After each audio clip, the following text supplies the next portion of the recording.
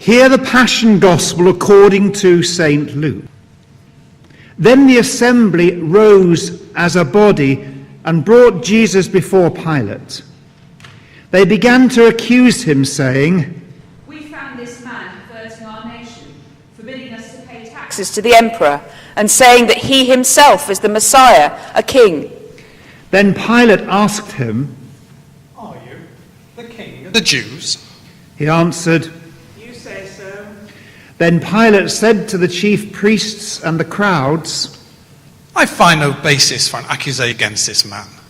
but they were insistent and said, He stirs up the people by teaching throughout all Judea, from Galilee where he began, even to this place.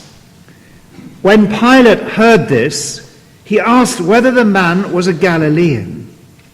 And when he learned that he was under Herod's jurisdiction, he sent him off to Herod, who was himself in Jerusalem at that time. When Herod saw Jesus, he was very glad, for he had been wanting to see him for a long time, because he had heard about him and was hoping to see him perform some sign. He questioned him at some length, but Jesus gave him no answer. The chief priests and the scribes stood by, vehemently accusing him. Even Herod with his soldiers treated him with contempt and mocked him. Then he put an elegant robe on him and sent him back to Pilate. That same day, Herod and Pilate became friends with each other. Before this, they had been enemies. Pilate then called together the chief priests, the leaders, and the people, and said to them, "You brought me this man, who is one who is perverting the people. And here I have examined him in your presence, and have not found this man guilty of any of your charges against him. Neither has Herod, for he sent him back to us. Indeed, he has done nothing to deserve death. I will therefore have him flogged and release him." Then they all shouted out together, "Away with this fellow! Release Barabbas for us!" This was a man who had been put in prison for an insurrection that had taken place in the city, and for murder.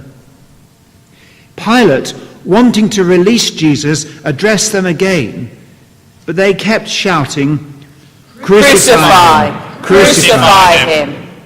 A third time he said to them, "Why? What evil has he done? I have found in him no ground for the sentence of death. I will therefore have him flogged and then release him." But they kept urgently demanding with loud shouts that he should be crucified, and their voices prevailed. So Pilate gave his verdict that their demand should be granted. He released the man they asked for, the one who had been put in prison for insurrection and murder, and he handed Jesus over as they wished.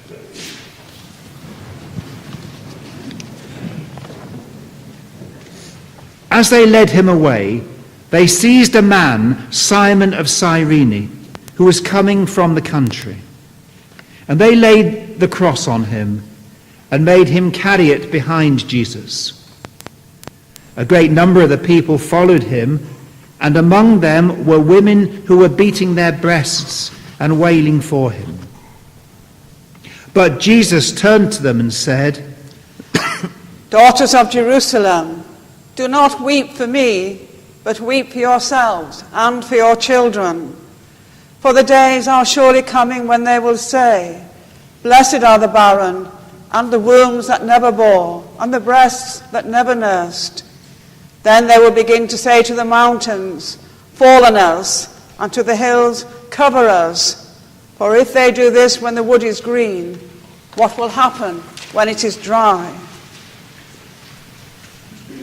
Two others also, who were criminals, were led away to be put to death with him. When they came to the place that is called the Skull, They crucified Jesus there with the criminals, one on his right and one on his left.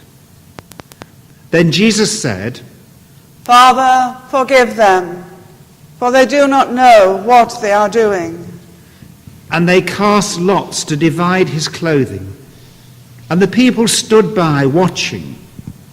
But the leaders scoffed at him, saying, He saved others. Let him save himself, if he is the Messiah of God, his chosen one.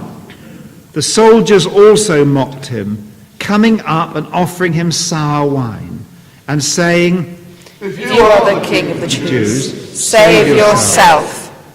There was also an inscription over him, This is the King of the Jews. One of the criminals who were hanged there kept deriding him and saying, Are you not the Messiah? Save yourself and us.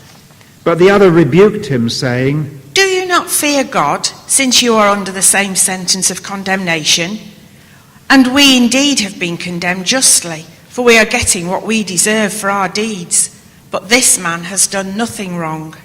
Then he said, Jesus, remember me when you come into your kingdom. He replied, Truly I tell you, today you will be with me in paradise. It was now about noon, and darkness came over the whole land until 3 p.m, while the sun's light failed, and the curtain of the temple was torn in two. Then Jesus, crying with a loud voice, said, Father, into your hands I commend my spirit. Having said this, he breathed his last. When the centurion saw what had taken place, he praised God and said, Certainly, this man was innocent. And when all the crowds who had gathered there for this spectacle saw what had taken place, they returned home, beating their breasts. But all his acquaintances, including the women who had followed him from Galilee, stood at a distance, watching these things. This is the passion of the Lord.